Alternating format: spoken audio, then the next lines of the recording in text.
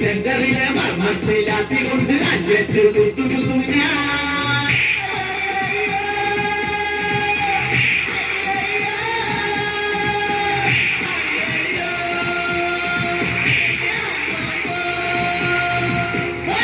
നിങ്ങൾ അങ്ങോട്ടും ഇങ്ങോട്ടും പേടിപ്പിച്ച് സമയം കളയാതെ പെണ്ണിനെ വിളിക്കേ. അതിനു മുമ്പ് ചെറുക്കിനെ വിളിക്കണം.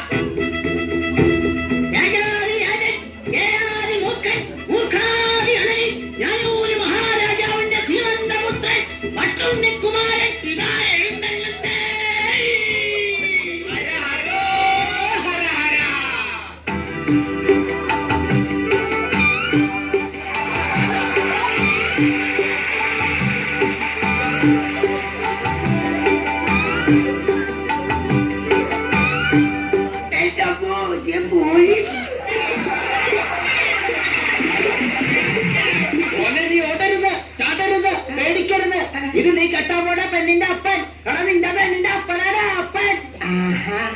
അപ്പാപ്പ പെണ്ണെവിടെ? അപ്പ പെണ്ണെവിടെ? അവള് കുളിക്കുക.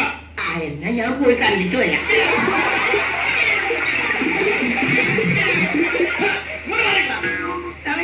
തൊണ്ടി സാധനം ഞാൻ നിന്നെ എത്തിക്കാൻ പോവാ.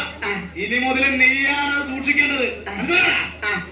മോളെ ലോകത്തിന് ഇറക്കി വിടേ.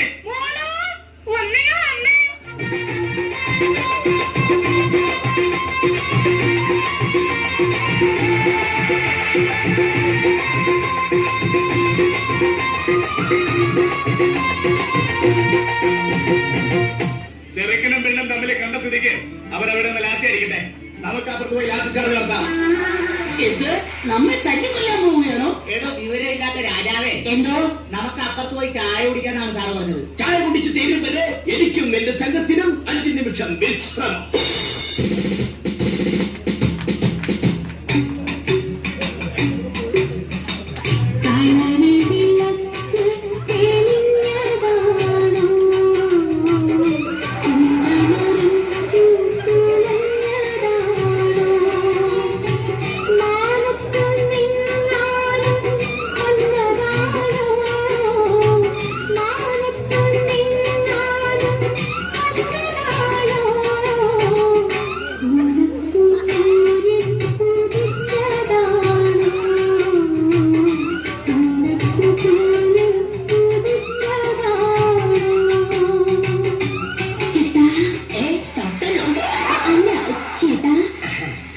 എന്താ ചായ?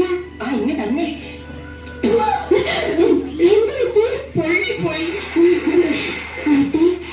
ഇഷ്ടപ്പെട്ടു. ഒന്നുകൂടി കിട്ടിയിരുന്നെങ്കിൽ. എന്ത് ചായ? പിന്നെ എന്നെ ഇഷ്ടമായോന്ന്?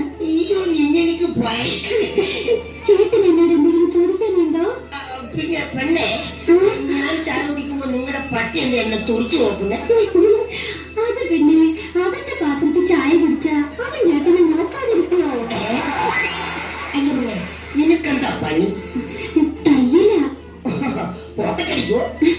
പോക്കറ്റ് മാത്രല്ല, കയ്യും വിട്ടു കട്ടും വിട്ടു.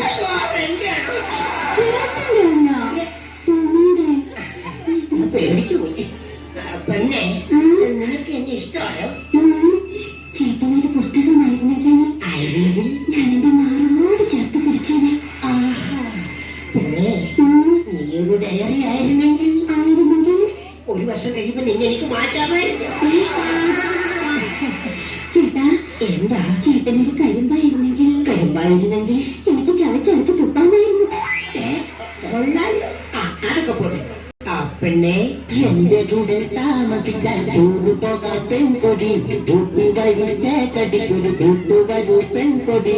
മുംബൈ കാണാടി, പുറകെ താജ്മഹൽ കാണാടി, ഗോവ കാണാടി, അവിടെ ബീച്ചിലൊന്ന് കറങ്ങാടി.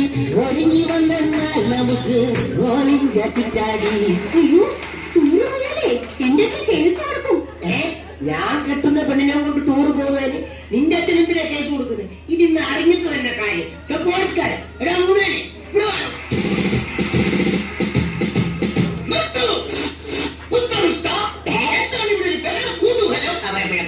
ബ്രോക്കറെ ഈ ഒന്നും എത്രയാണ്? 2 എന്നാലേ ഈ 2-1 എനിക്ക് ഇപ്പൊ അറിയണം. കല്യാണം കഴിഞ്ഞ് ഞാൻ ഈ കേസ് കൊടുക്കില്ലേ? മോനെ പൊന്നു മോനെ, പോലീസുകാരൻ കേസ് കൊടുക്കൂന്ന് പറഞ്ഞത് അസത്യമാട്ടാ, അസത്യം. ആര് പറഞ്ഞത് അസത്യമാണെന്ന്? ആ സത്യം ഞാൻ തുറന്നു പറയാം. ഞാൻ 9ാം ക്ലാസ്സിൽ പഠിക്കുമ്പോ രസതന്ത്രം പഠിപ്പിക്കുന്ന സാറിന്റെ കൂടെ ഒരു രസത്തിന് ടൂറ് പോയപ്പോഴും, മത്തായിച്ചേട്ടന്റെ കൂടെ ഒരാഴ്ച മൈസൂർ ടൂറ് പോയപ്പോഴും, പിന്നെ കനകാമ്പരം ചേട്ടന്റെ കൂടെ കൊടൈക്കനാലിൽ ടൂർ പോയപ്പോഴും ഈ അച്ഛൻ കേസ് കൊടുത്താണ് വിളിച്ചോണ്ട് വന്നത്. അത് ശരി, ഇത്രയും പേരുടെ കൂടെ ഒളിച്ചോടി പോയ പെണ്ണ് എന്റെ മോന്റെ തല കെട്ടിവെക്കാനല്ലേ പാവം. നിർത്ത്. ഇത്രയും അനുഭവ സമ്പത്തുള്ള ഈ തരുണിമണിയെ കിട്ടിയാൽ എന്താ കുഴപ്പം? സാധ്യമല്ല. എടോ കോന്തൻ രാജാവേ, തന്റെ ഈ നിൽക്കുന്ന മകനുണ്ടല്ലോ പെൺകോന്തൻ, അവൻ ഈ നാട്ടിലെ മുഴുവൻ പെമ്പിള്ളേരുടെ പുറകെ നടന്ന് അടി കൊണ്ടിട്ടുള്ളവനല്ലേടോ. അതുകൊണ്ട് ഇവന് ചേരുന്ന പെണ്ണ് ഇവള് തന്നെ. അതുകൊണ്ട് മകനെ, നീ ഒന്നുകൊണ്ട് പേടിക്കണ്ട. ഈ പെൺകുട്ടിയെ നിനക്ക് കിട്ടിയത് നിന്റെ സൗഭാഗ്യമാണ്, സൗഭാഗ്യം. ആട്ടെ കാർത്തിക ശിരോമണി, ഇവളെ കിട്ടിയാൽ നമ്മുടെ പുത്രന് എന്ത് സൗഭാഗ്യമാണ് കൈവരുന്നത്? പറഞ്ഞു തരാം. നമ്മളൊരു മാർജിൻ ഫ്രീ ഷോപ്പിൽ കയറി ഒരു പേസ്റ്റ് വാങ്ങിയാൽ ഒരു ബ്രഷ് ഫ്രീ, അപ്പോൾ ഒരു ബ്രഷ് വാങ്ങിയാൽ ഒരു സെറ്റ് പല്ല് ഫ്രീ. അതുപോലെ ഈ പെണ്ണിനെ കിട്ടിയാൽ നിനക്കുമുണ്ട് ഒരു കൊച്ചു ഫ്രീ. എനിക്ക് കൊച്ചു ഫ്രീ ഒന്നും പോരാ, എനിക്കൊരു വലിയ ഫ്രീ വേണം. ഈ പെണ്ണിനെ കെട്ടിയ ഇവക്കടെ 4 വയസ്സുള്ള ഒരു മുഴുത്ത കൊച്ചിനെ നിനക്ക് ഫ്രീ. അതെ, ഒരു മാർജിൻ ഫ്രീ കുട്ടി ഫ്രീ.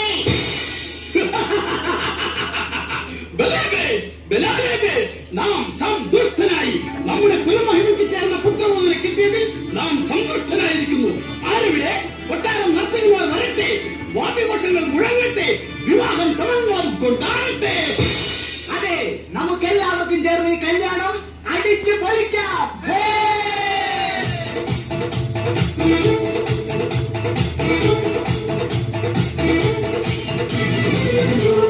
ഗോവിന്ദ ആല ഗോവിന്ദ ഗോവിന്ദ ആല ഗോവിന്ദ ആല ഗോവിന്ദ അങ്ങാടി പാട്ടിന്റെ